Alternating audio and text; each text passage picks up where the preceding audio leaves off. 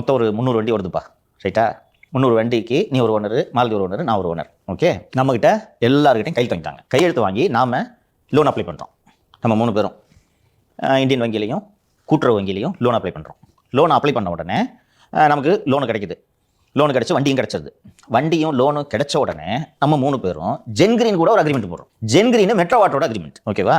ஏன் வந்து ஜென்கிரீன் கூட நம்ம அக்ரிமெண்ட் போடுறோம்னா, இது பாருங்க, நாங்கள் பேங்க் லோன் வாங்கி எங்களுக்கு வண்டி கிடச்சிருக்கு. இந்த வண்டி எங்களால் ஓட்ட முடியாது, பராமரிக்க முடியாது, அதனால எங்கள் சார்பாக ஜென்கிரீன் ஓட்டுகிறது என்று நம்ம ஜென்கிரீன் ஒப்பந்தம் போட்டுக்கிறோம். ஜென்கிரீனை மெட்ரோ வாட்டரோட ஒப்பந்தம் போட்டுக்குது. பாருங்க, நிதிஷ், மாலதி, சங்கர் 3 பேரும் வண்டி என்கிட்ட கொடுத்துட்டாங்க. அவங்க வண்டிக்கு பராமரிப்பு, டீசல் போடுறது, வேலை செய்யறது எல்லாமே நான் தான்.